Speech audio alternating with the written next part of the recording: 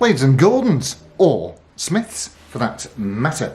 Well, I suppose strictly speaking really, you could call these a Smith, because of course Gordon cleared off in you know, the mid-18th century.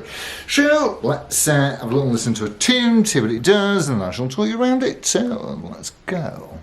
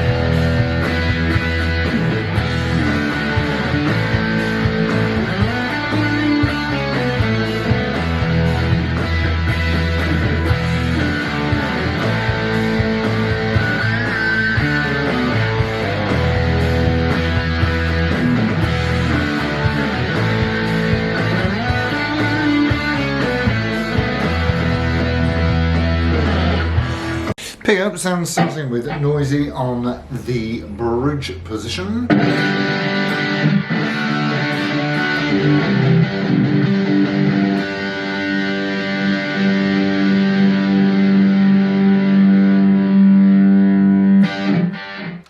Lovely stuff, into the centre.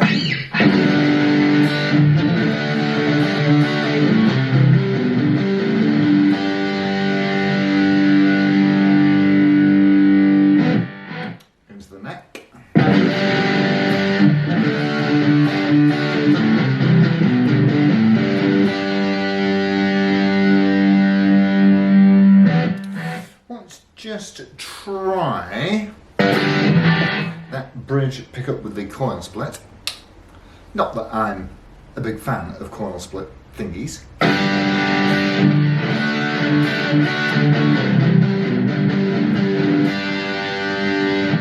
do you know what, honestly, even though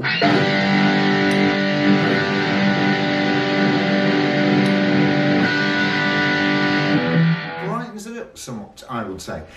We'll have a listen on clean, and I will bet you that that coil split makes a hell of a lot more difference. So let's do clean. So starting with the bridge, and we're on full fat humbucker.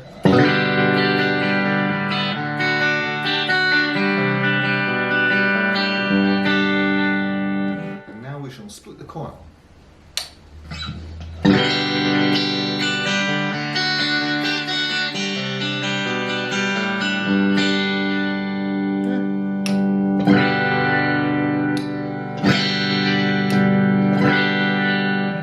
Okay, into the centre.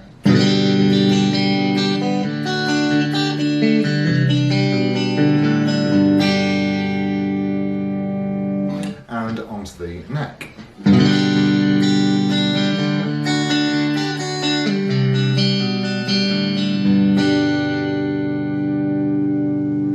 You know, lovely.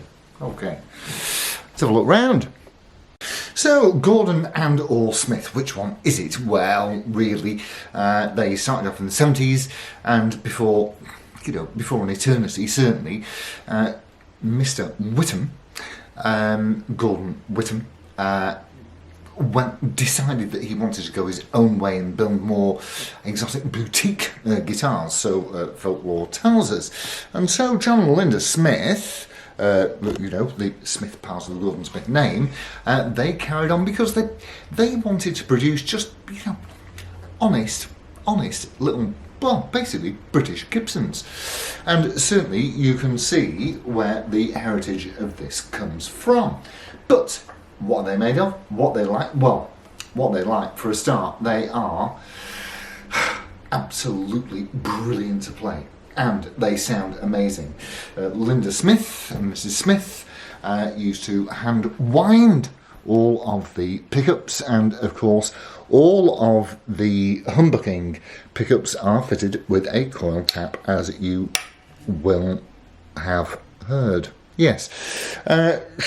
So yeah, pretty melody makerish, but this particular one, you may recall that I did, or have not yet done, or will do at some point, a comparison between this one, which is getting on in years, a 1998 model, and also I compared it next to a 2004. This one has a great deal more girth, and although I don't believe in tone woods, to be honest with you, it's a oscillation over a magnetic field. I'm going to say this one sounds an awful lot darker than the 2/3 the thickness 2004 model, although they're both fitted with exactly the same pickups, both 1.5s. However, of course, winding material and the way that pickups are wound certainly won't make a difference. And as I've always said, there are no two guitars exactly the same. They are very much like fingerprints, which is why some guitars will talk to you and others will absolutely not. So let's have a look around this from stem to stern. Now, this being one of the older ones, happily it came fitted with not those, well, Goto-alike tuners. This one comes fitted with Van Gents, and they are an 18:1 ratio. I know, because I counted them when I put new strings on, and they are of the highest quality. Van Gent tuners are most famously known for being used on more classical instruments, but here we are with some delicious Van Gent brand, and you can see that sticker very likely where this guitar originated from back in that time. We've got an all mahogany head and neck. Usually the heads are kind of, the wood is kind of cut out just to fit in and they tack them all together, but I seem to think that's all one piece. What do you think? Is it? Is it not? All mahogany head and neck, and of course it is set in, let me take this off and you can have a better look, and of course it is set into an all mahogany slab. Now, I would like you to have a look around there and tell me how many pieces that's made of. Like my favourite toupee, I can't see the join. And there are of course, I mean, this thing, I mean, it's owned. And so there are a few little nibbles around the perimeter, and there also is, even though it's not easy to see, there is some evidence of buckle rash. So it has been played, but the frets, which sit on a rosewood fretboard, are in absolutely beautiful condition.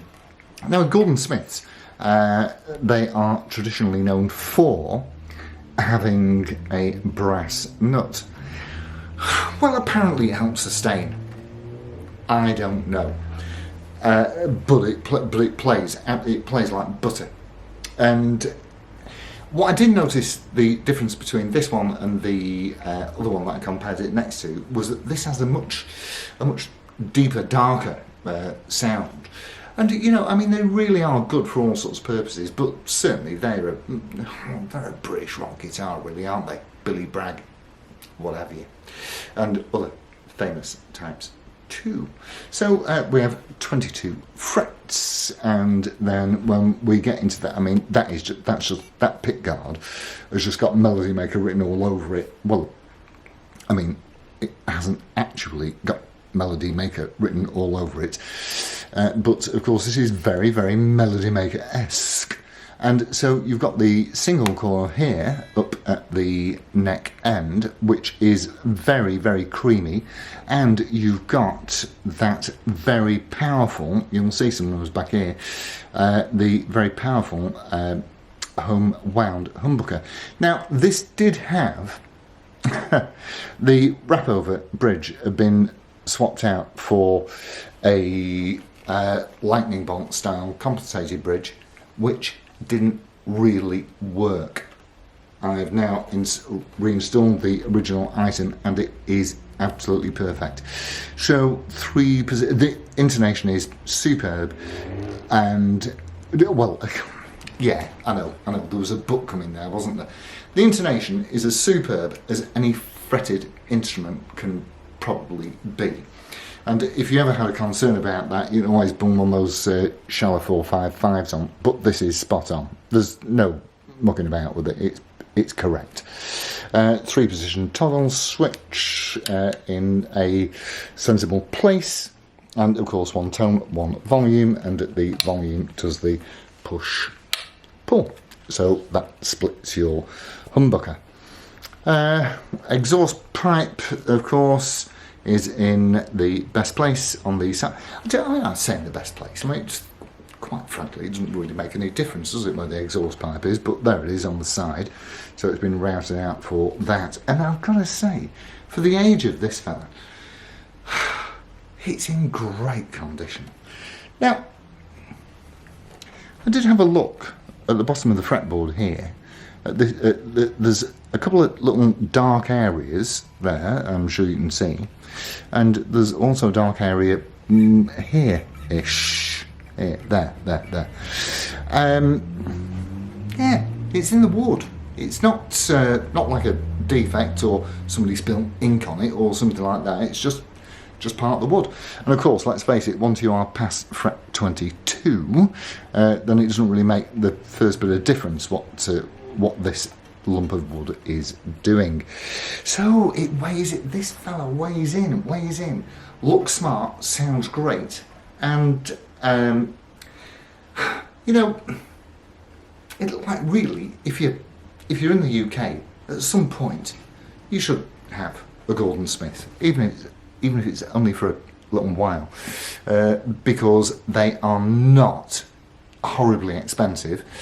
And they are just so well made. And this, of course, comes from the original factory in Partington in Manchester.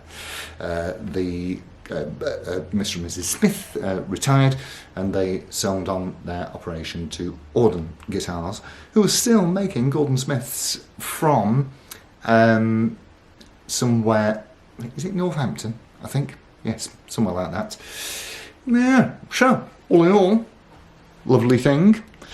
And you can, like I say, you can pick them up for really very sensible money for the quality that you get. Recommended, definitely recommended from me. So thanks all ever so much for tuning in, and I shall see you very soon. Adios, amigos. Ta-ra.